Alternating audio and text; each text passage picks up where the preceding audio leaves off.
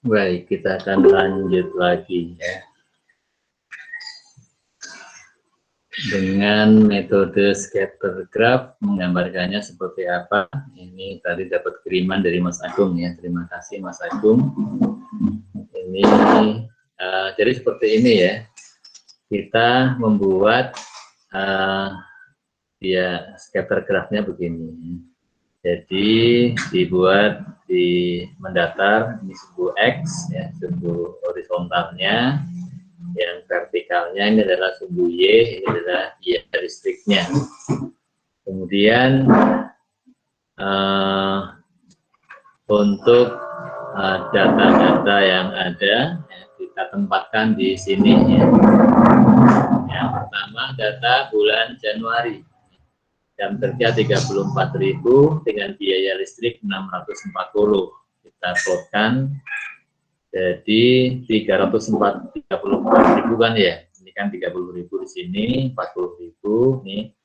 Maka 34.000 ya kira-kira di sini ya. Kemudian dengan kita tarik ke atas mendapatkan di sini biayanya 660 kan di sini ya. 660 tarik ke kanan. Nah, dapat satu titik ini. Ini adalah menggambarkan data bulan Januari dengan di tingkat kegiatan 34.000 jam, kemudian tingkat biayanya 660 jam.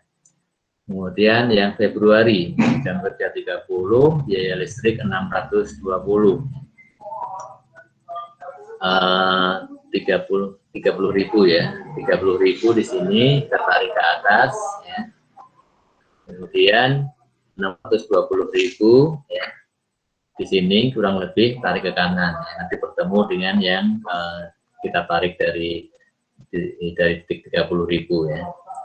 Ini adalah menggambarkan data bulan Februari dengan tingkat kegiatannya 30.000 jam dengan biayanya 620 dolar yang mendapatkan titik di sini. Kemudian bulan Maret sampai Desember kita plot ya dengan cara yang sama ya. Maret dan seterusnya ya sampai dengan Desember kita plot. Ini adalah langkah pertama, kita menempatkan titik-titik di scatter graph-nya. Langkah kedua ya, kita ini sudah mendapatkan titik-titik ini nih ya, titik-titik ada 12 titik ya. Kemudian kita mencoba menarik garis ya. Ini sifatnya coba-coba ya. Ini yang menjadi kelemahan metode yang kedua adalah cara menarik garis lurus yang membelah dua ya titik-titik yang ada ya. Ini adalah pakai kira-kira ya, pakai perkiraan ya. Ya, perkiraan ya tentunya ya perkiraan saya dengan perkiraan kalian mungkin berbeda ya. Ini yang menjadi kelemahan di metode yang kedua. Nah, tetapi ini masih lebih baik dari yang pertama. Kalau yang pertama tadi hanya menggunakan titik tertinggi, titik terendah saja ya. Misalkan titik tertingginya tadi yang mana tadi ya? Desember tadi ya. Titik terendahnya berarti yang di Juli misalkan ya. Nah, kalau menggunakan metode yang pertama, maka aktivitas tertinggi yang dipakai hanya dua aktivitas saja, tertinggi dan terendah. Kemudian ya kita asumsikan titik yang lain itu berada di titik di antara tertinggi dan terendahnya. Nah, di metode yang kedua kita sudah menggunakan semua data ya, kita plot. Hanya saja ketika menarik garis lurus yang membagi dua ya, titik-titik yang kita plot ini masih pakai manual ya. Kita pakai kira-kira ya, kira-kira ini akan seperti ini ya, atau mungkin yang orang lain akan menarik garis miring sedikit ke atas, miring sedikit ke bawah, yaitu ya itulah kelemahannya metode yang kedua ya. Nah, misalkan kita tarik garis ya yang membelah dua titik-titik yang ada ya. Kemudian ya sampailah di sumbu vertikal di angka 440 ya. Maka yang 440 inilah fixed cost-nya. Fixed cost-nya 440 ya. Kemudian variabel cost-nya berapa? Kita menghitungnya kita menggunakan data rata-rata. Ini rata-rata jam kerja 35.000, rata-rata biaya listriknya 570.000 ya. Kemudian 570.000 kita kurangi dengan fixed cost-nya 440, tersisa 130 ya. Total biaya rata-rata dikurangi fixed cost-nya mendapatkan 130, inilah variabel cost-nya keseluruhan ya. Kemudian kita bagi dengan rata-rata jamnya 35.000 mendapatkan tarif biaya overhead per jam. Seperti itu ya. Nah, kemudian ya metode yang kedua ini diperbaiki dengan metode yang ketiga, metode kuadrat terkecil ya, least square method ya. Dia menggunakan ilmu statistik ini ya, menggunakan ilmu statistik ya. Dia menggunakan rumus persamaan garis lurus ya. Persamaan garis lurus itu rumusnya Y sama dengan A ditambah B kali X ya. Ini adalah total cost ya, biaya listrik. A adalah unsur fixnya, fixed cost-nya ya. B kali X ini variabel cost-nya ya. B kali X variabel cost ya, B-nya variabel cost per unit. Ini cost per unitnya B, X adalah volume kegiatan. Izin bertanya, Pak. Silakan. Siapa? Terkait dengan tadi di awal-awal slide ada materi bahwa data abnormal harus dibuang ya, Pak. Saya ingin konfirmasi saja. Seperti tadi metode yang tertinggi dan terendah, high and low method itu kan tadi dari contoh Bapak tadi ada satu di bulan Mei itu yang aktivitasnya terendah tapi harganya tidak mencerminkan dengan aktivitasnya. Apakah memang itu yang secara langsung membuktikan bahwa di situ data normal kita buang? Yang selanjutnya adalah apakah berarti data abnormal dibuang ini hanya berlaku untuk high and low method saja, Pak? Berarti untuk yang seperti metode yang lainnya tetap memperhitungkan data abnormal itu, seperti itu, Pak? Bulan Mei ya, bulan Mei. Siapa? 42.000 hanya 500, padahal di sini 26.000, ini 500, 42.500 ya. Ya,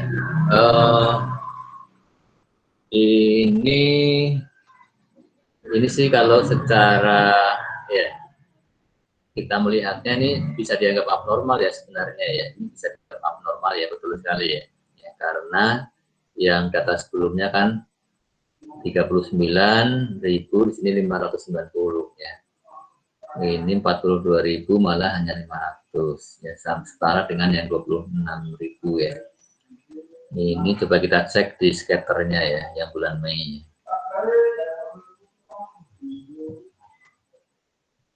Ini 40 berapa? 46.000. 42.000 ya, 42.000 kemudian 500 ya. Kalau dilihat dari gambar ini ya, gambar scatter graph-nya, memang yang bulan Mei kelihatan dia yang paling jauh dari garis ini ya, berarti dia paling menyimpang ya, data yang paling menyimpang ya. Tetapi dalam hal ini ternyata masih dianggap yang belum abnormal ya, bukan abnormal ya, dia masih di kita ceknya di yang cara ketiga. Di yang ketiga apakah masih dipakai atau tidak ya. Yang di least square sebentar ya. Bulan Mei ternyata masih dipakai juga ya.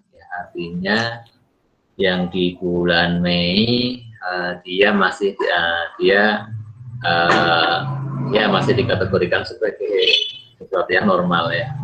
Meskipun kalau secara dilihat dari diagram scatternya memang dia termasuk ya paling jauh dari rata-ratanya ya, dari garis berarti kan dari rata-rata ya, paling jauh dari rata-rata ya. Tetapi ternyata di sini masih dianggap sebagai sesuatu yang normal ya. Nah, untuk ya lebih detail lagi ya, atau lebih mendalam lagi mengenai data yang normal abnormalnya seperti apa, ini mungkin di ilmu statistik ya, seberapa penyimpangan, seberapa yang dianggap masih normal, kemudian seberapa yang dianggap sudah tidak normal ya. Kemudian ya kalau saya sendiri sih ya melihatnya ini sudah tidak normal ya, karena ya beda banget ya dengan data-data lainnya ya. Dan ya kalaupun kita mau keluarkan juga tidak mengapa ya, misalkan yang Mei kita tidak normal kita keluarkan ya, kan kita gambarkan di scatter kemudian ya.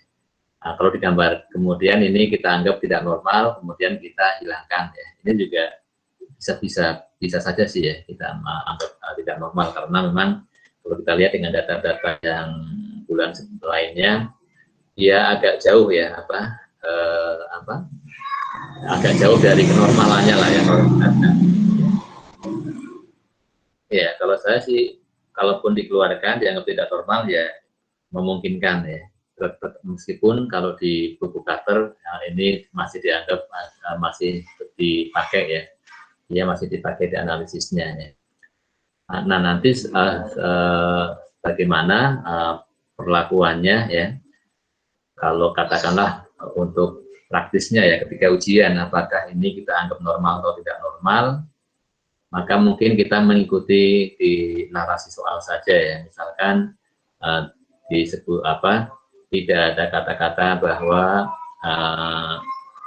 silahkan yang abnormal dikeluarkan, berarti itu dianggap normal semua ya, mungkin patokannya sementara begitu ya. Kalau data yang disajikan kemudian tidak ada informasi bahwa ada data yang tidak normal, atau ada instruksi khusus bahwa silakan ya data yang dirasa tidak normal dikeluarkan, itu artinya pembuat soal menganggap bahwa semua data yang disajikan adalah data yang normal, meskipun katakanlah normalnya dia normal agak kurang normal gitu sebenarnya ya, normalnya normal jauh ya.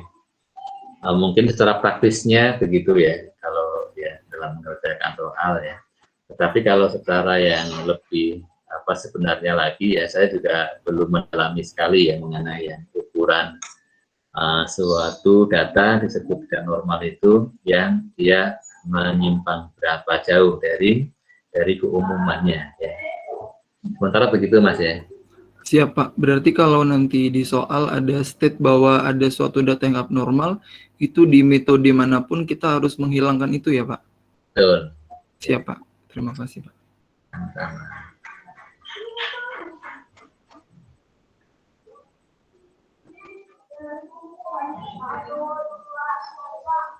Baik ya, metode least square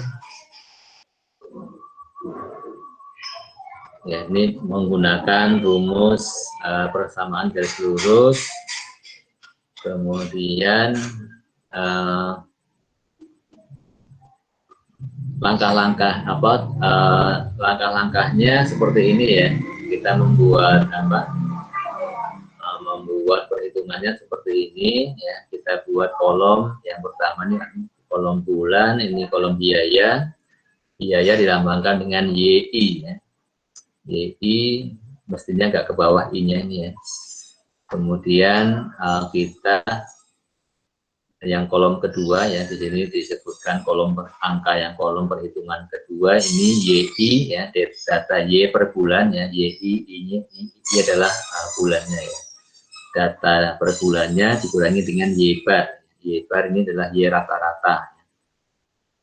Rata-rata Y ya ini ya. Rata-ratanya di totalnya 6.840, rata-ratanya 570 ya. Berarti untuk yang bulan Januari ya YI-nya ya 640 dikurangi 570 ya. Jadi 70. Februari 620 dikurangi 570 50 dan seterusnya. Kemudian di kolom perhitungan ketiga adalah data aktivitasnya dalam jam ya. Ini disimbolkan dengan XI ya. 34.000 di Januari dan seterusnya. Kemudian rata-ratanya 35.000 ya, expirednya ya 35.000. Kemudian di kolom keempat ya data per bulan dikurangi rata-ratanya. 34.000 dikurang 35.000 minus 1.000 ya di Januari dan seterusnya ya. Kemudian di kolom kelima ya, ini adalah kita mengkuadratkan kolom keempat ya, XI dikurang X rata-rata expire jika dikuadratkan ya. Dari minus 1.000 kali minus 1.000 mendapatkan 1 juta ya, dan seterusnya. Kemudian kolom ke-6 ini adalah mengalihkan kolom ke-2 ya dengan kolom ke-4 ya. Kolom ke-2 dengan kolom ke-4 ya. Kita kalikan, misalkan yang pertama 70 kali minus 1.000 mendapatkan minus 70.000 dan seterusnya. Kemudian kolom ke-7 ya, ini adalah kuadrat dari kolom kedua ya. Y dikurangi bar kuadrat ya. Atau kolom kedua kuadratkan yang Januari contohnya 70 kali 70 mendapatkan 4.900 dan seterusnya ya. Kemudian ya, kita jumlahkan ya, kolom-kolomnya kita hitung jumlahnya. Kemudian untuk menghitung ya variabel A dan variabel B sudah ada rumusnya ya. Ini sudah ada rumusnya ya. Kalau untuk variabel B didapatkan dari ya, jumlah X1 X2 kali Y1 minus apa ini kolom berapa perkalian tadi, kolom ke-6 ya. Ya perkalian XI minus X bar kali YI dikurang Y bar, jumlahnya adalah ini ya. Ini adalah jumlah kolom ke-6 ya, total kolom ke-6 ya. Kemudian dibagi dengan total kolom ke-5 ya. Total kolom ke-6 dibagi total kolom ke-5 mendapatkan 0,0044 dolar per jam kerja. Ya, ini adalah tarif variabel cost-nya. Kemudian untuk mendapatkan fixed cost-nya menggunakan ya persamaannya ya Y sama dengan A plus BX, ya, Y-nya yang Y rata-rata ya, kita gunakan angka rata-rata ibar ya. 570 ditambah A mendapatkan B-nya yang ini 0,044 dikalikan X rata-rata 35.000 sehingga mendapatkan hanya 416 dolar.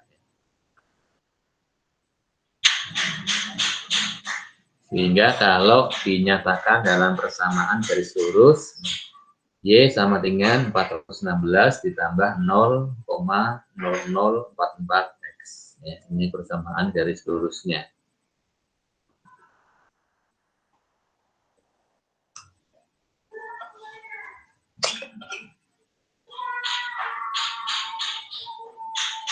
Ya. Selanjutnya analisis korelasi. Analisis korelasi ya, analisis korelasi ya, maksudnya korelasi adalah ya, kalau dalam statistiknya nih ya, dalam ilmu statistiknya ya, covariation ya, covariation antara dua variabel ya. Antara variabel independen ya, variabel independen adalah variabel bebas ya, variabel yang bebasnya ya.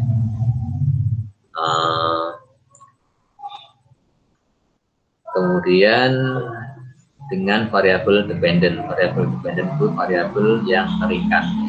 Maksudnya variabel bebas dan terikat yang bagaimana? Yang dimaksud dengan yang terikat, yang dependen adalah yang angkanya merupakan hasil perhitungan ya. Angkanya merupakan hasil perhitungan ya. Rumusnya tadi kan Y sama dengan A plus BX ya. Berarti Y didapatkan dari perhitungan A ditambah BX. itulah yang disebut dengan variabel dependent. Ya.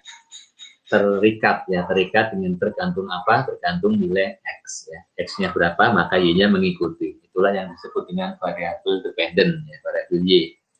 Sedangkan yang variabel independen itu variabel yang ya dia bebas merdeka, ya, dia bukan hasil perhitungan, tetapi dia adalah muncul dari data. Ya. Nah, data X-nya berupa apa? Berupa jam kerjanya, ya, jam kerjanya berapa. Nah, ini adalah variabel yang bukan hasil perhitungan. Kalau berbeda dengan Y itu adalah perhitungan dari A plus BX, sehingga Y disebut sebagai, diistilahkan variabel dependent, ya, variabel terikat. Ya. Kalau X variabel independen, variabel bebas, ya, tidak terikat. Ya, kalau ya ternyata ya korelasi antara Y dengan X itu sempurna, ya, maka titik-titik yang yang 12 tadi akan membentuk satu garis lurus, ya, menempel pada garis lurus kalau korelasinya sempurna. Ya. Nah, ya, yang memengaruhi biaya listrik, ya, boleh jadi ada beberapa, ya, misalnya tadi jam kerjanya, ya, atau boleh jadi kalau kita bekerjanya menggunakan mesin, boleh jadi jam mesin juga berpengaruh, ya. Kalau tadi misalkan DLH-nya, jam kerja orangnya, ya. Boleh jadi ya listrik itu juga terpengaruh dengan jam mesinnya. Semakin banyak jam mesin terpakai, semakin listriknya lebih banyak biayanya, ya. Nah, kalau seperti ini, mana yang akan kita pakai sebagai yang untuk basis alokasinya, ya. Jadi kita atau basis memperkirakan biaya listrik itu berdasarkan DLH atau DL mesin, ya, jam kerja mesin. Ya. Maka memilih yang mana kita gunakan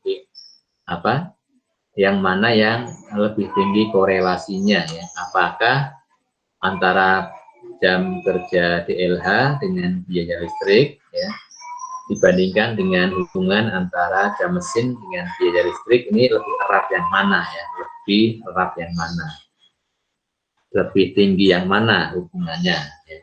Maka yang lebih tinggi korelasinya itulah yang kita pakai, ya. Cara menghitungnya bagaimana, ya, ini ada rumusnya, di statistik sudah ada tekniknya, ya, namanya koefisien korelasi, ya. Koefisien korelasi dilambangkan dengan R, ya. Mengukur tingkat korelasi antara dua variabel. Maksudnya seberapa besar perubahan X memengaruhi perubahan Y. Ya. Yang sempurna itu kalau satu, ya, baik satu positif maupun satu negatif, ya. Kalau satu positif berarti pengaruhnya X-nya semakin besar, ya. Kalau negatif X semakin besar, Y semakin kecil, ya. Jadi kita bandingkan antara DLH dengan listrik, koefisien korelasinya berapa, antara jam mesin dengan listrik berapa. Nanti yang lebih mendekati satu, itulah yang kita pilih, ya. Kemudian ada koefisien determinasi, menunjukkan persentase perubahan variabel dependen yang dipengaruhi oleh perubahan variabel independen.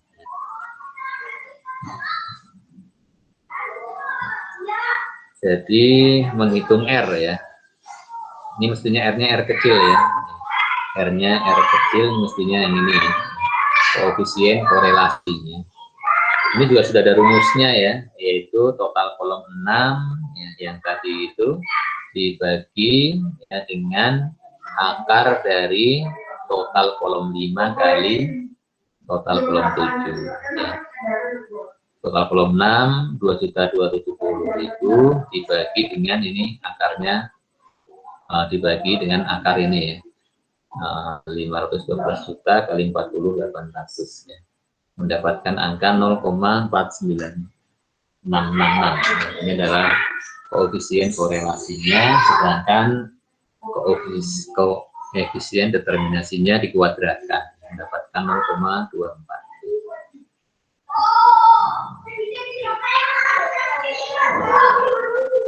Ya, kalau R kuadratnya 0,24 artinya apa? Artinya ya 24% perubahan biaya listrik ya ini berhubungan dengan perubahan jam kerja. Kemudian yang 76% dipengaruhi oleh apa? Ya, oleh faktor yang lainnya ya. Misalnya waktu kerjanya, apakah bekerjanya di siang hari atau malam hari. Kemudian kalau di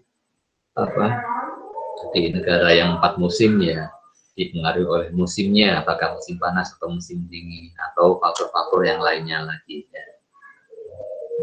Kemudian apabila koefisien determinasi aktivitas yang dianalisis nilainya kecil, maka ya perlu kita coba lagi, misalkan ini kan 24% ini dengan DLH, coba kita dengan hubungkan dengan jam mesin. Jam mesinnya berapa, kita cari ya, kita hitung mendapatkan berapa R kuadratnya. Kalau R kuadratnya lebih tinggi, maka kita pakai yang jam mesin ya.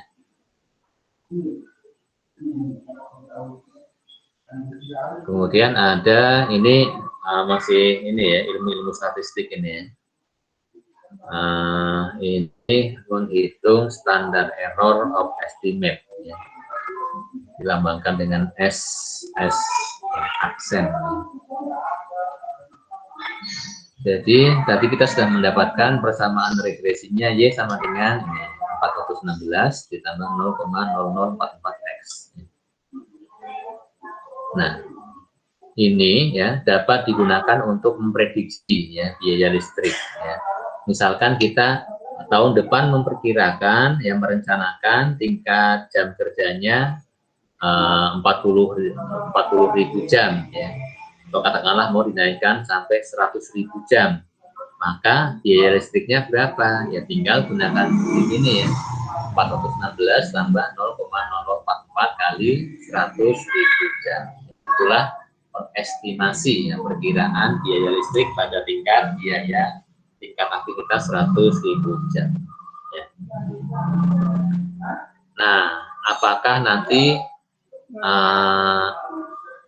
biaya listrik aktualnya akan seperti sama dengan prediksinya persis? Ya, biasanya tidak ya. Biasanya tidak ya. Kemudian ya maka kita perlu ini ya, makanya diperlukan apa? Jadi ya antara yang kita perkirakan dengan biaya aktual yang nanti terjadi itu selisihnya maksimal berapa ya yang bisa diterima ya, yang bisa diterima. Artinya apa ya, kalau ada selisihnya cuma sedikit-sedikit, wah masih dalam rentang diterima ya tidak mengapa ya. Tetapi kalau selisihnya jauh sekali melebihi dari yang bisa diterima, maka ini yang perlu dilakukan investigasi.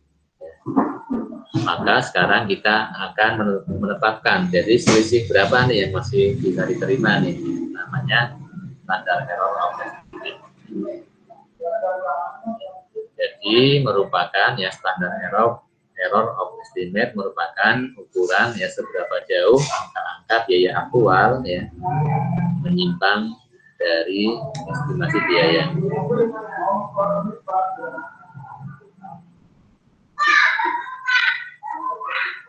Ya, kalau standar errornya nilainya kecil berarti ya prediksinya bagus. Nah, kalau ya koefisien determinasinya sama dengan 100% ya, maka standar errornya itu akan tidak ada ya, 0 ya, tidak ada kesalahan ya, karena sempurna ya. R-nya R kuadratnya 1 ya, R-nya 1, R kuadratnya 1. Nah, kalau R kuadratnya kurang dari 1, nanti pasti ada standar errornya. Ya. Ada akan menyimpangnya berapa banyak ya. Kita akan hitung ya. Ini data yang diperlukan ya, data jam kerja XI, kemudian data listrik, biaya listrik YI, kemudian kita di kolom ketiga menghitung Y aksen ya, Y aksen I, yaitu prediksi biaya listrik ya.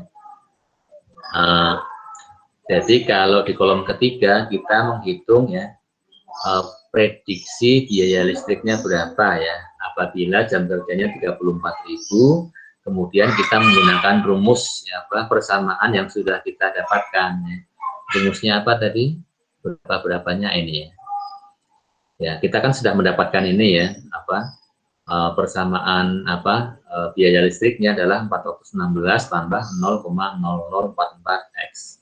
Nah, misalkan X-nya 34.000 jam, berarti ya 416 tambah 0,0044 kali 34.000 jam, mendapatkan berapa? Itulah yang disebut sebagai biaya listrik prediksi ya. Jadi menghitungnya ini adalah menggunakan rumus yang tadi ya, 314 tambah 0,004 berapa ya, dikalikan dengan ini 34.000, XI-nya 34.000 ya. Mendapatkan 566 ya, ternyata ya aktualnya berapa? 640 ya, ada selisih berapa? Y aktual dikurangi prediksi ya, 74 ya. Untuk Februari dan seterusnya kita hitung. Kemudian di kolom kelima ini kita kuadratkan ya. Angka di kolom 4 dikuadratkan.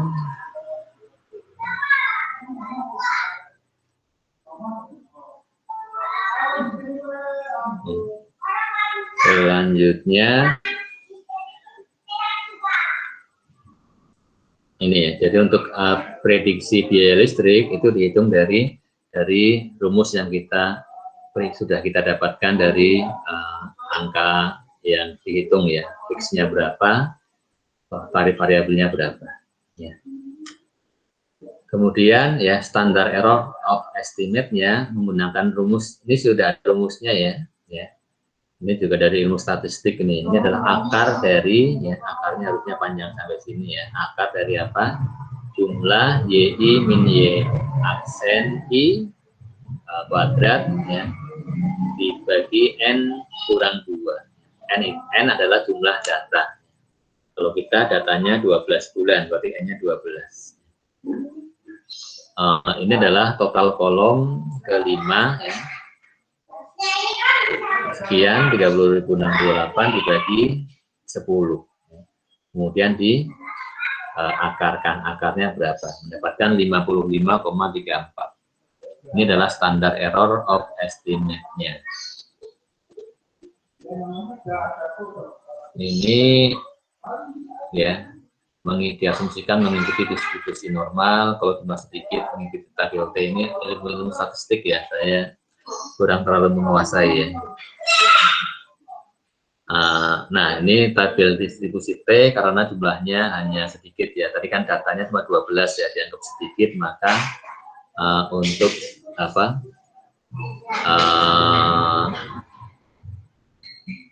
distribusinya menggunakan distribusi T ya, tabel distribusi T ya. Sebentar kita ikuti teknik menghitungnya ya.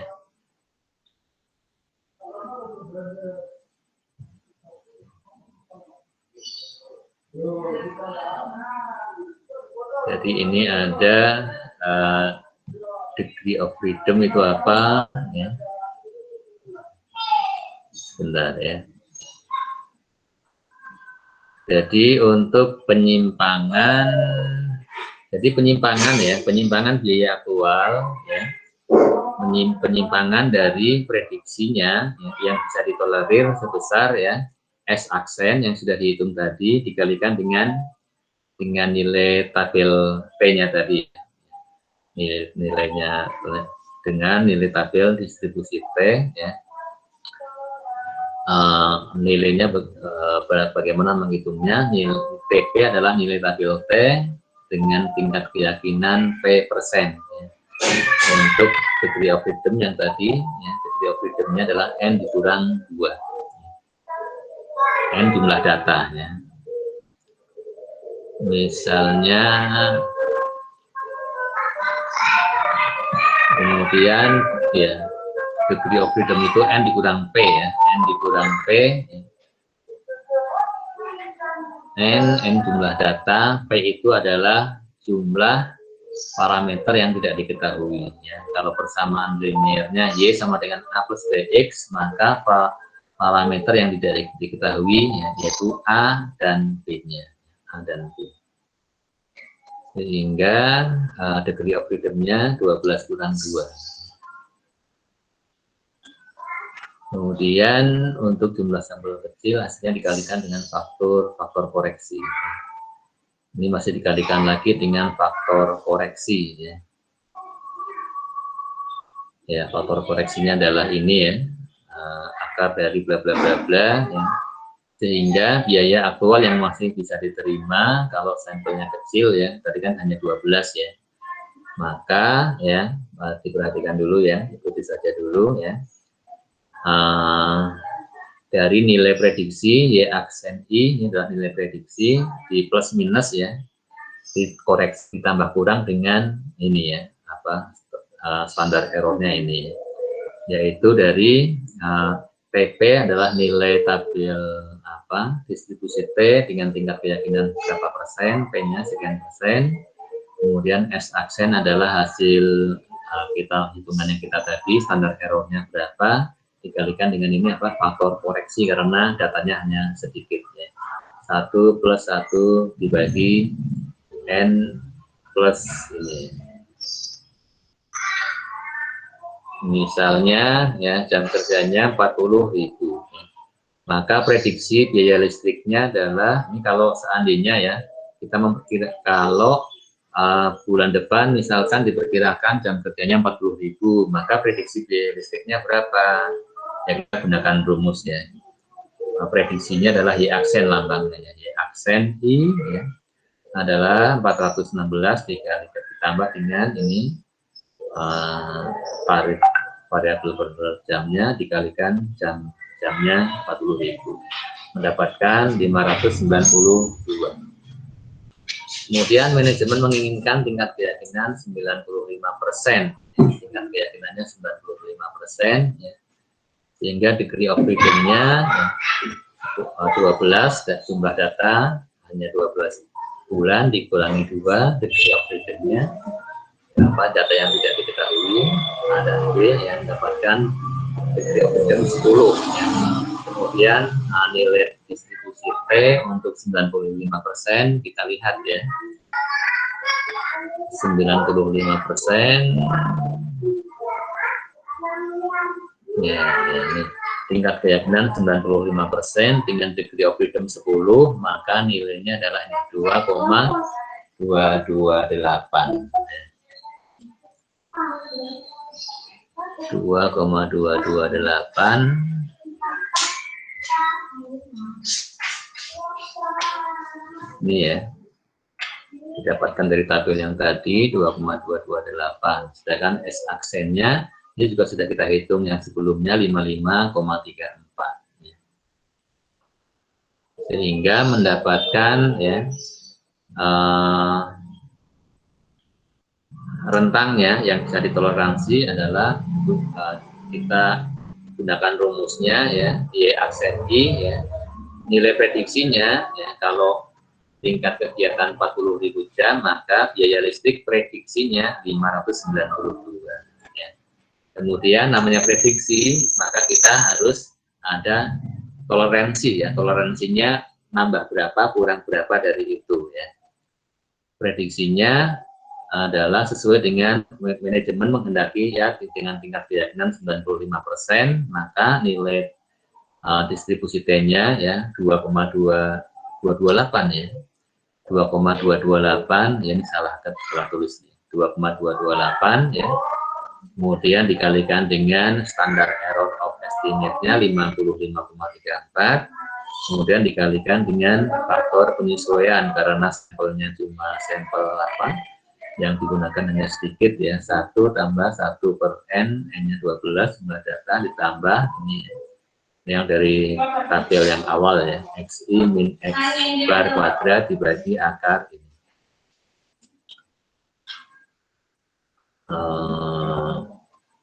Ya, kemudian mendapatkan plus minusnya ini ya, plus minusnya adalah 131,19 ya, sehingga ya rentangnya adalah 592 dikurangi ini ya 460 sampai dengan 592 plus ini 723 ya. Maksudnya apa? Maksudnya kalau nantinya ini kan diprediksi kalau pekerjaannya 40.000 jam ya, diprediksi biaya listriknya 592 ya. Tetapi ada toleransi ya, ada toleransi ya antara ya berarti ya biaya listrik aktualnya adalah antara 460 sampai 723. Seandainya biaya listriknya masih di angka misalkan di angka 700.000 ya, masih diterima ya. Biaya listrik aktualnya nantinya ternyata bulan depan biayanya 461.000 ya, 461 ya, masih diterima. Tetapi kalau biaya listriknya misalkan 725 sudah melewati, maka ini sudah melewati batas yang diterima, maka harus diinvestigasi ini ada kesalahan di mana sehingga biaya listriknya melebihi yang ditoleransi ya. Jadi biaya listriknya yang aktualnya diperkirakan ya antara batas bawah dengan batas atasnya ya. Kemudian kalau kurang dari batas bawah, lebih dari batas atas ya, dilakukan investigasi. Baik ya, demikian ya untuk latihannya sesuai dengan RPS ya.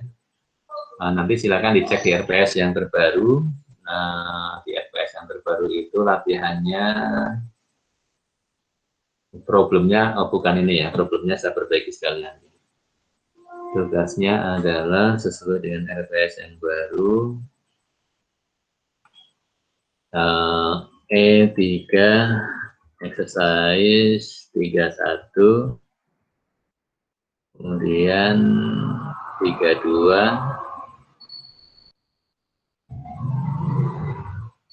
kemudian exercise 33. Kemudian problemnya 32. Ya, problem 32 yang dari Carter nih. Ya, silakan nanti untuk latihannya ya. Baik ya. Sampai di sini untuk penjelasan mengenai memisahkan biaya fix dan variabel. Ya, silakan nanti kalian latihan dulu. Ya, kalau ada pertanyaan nanti posting di WA group ya. Dan setelah ini saya akan membagikan nilainya saja ya ke PC ya, rekapannya ya, rekapan nilai ke PC, nanti silahkan PC yang mendistribusi ke masing-masing ya. Siapa? Kemudian ya silakan nanti saya tunggu sampai hari Kamis ya, sampai hari Kamis lah ya. Kalau ada yang merasa nilainya ada kira-kira ya, kira-kira barangkali ada kekeliruan, nanti disampaikan ke saya ya, nanti akan saya cek lagi ya. Ditunggu sampai hari Kamis ya, sebelum saya input ke portal nilai. Baik ya, saya akan closing ya, karena saya juga belum sempat mengisi absensi di portal ya, semoga masih belum terlambat ya. Baik, terima kasih, kita tutup dulu. Assalamualaikum warahmatullahi wabarakatuh. Waalaikumsalam. Waalaikumsalam warahmatullahi wabarakatuh. Terima kasih Pak. Terima kasih Pak. Terima kasih Pak. Sama-sama.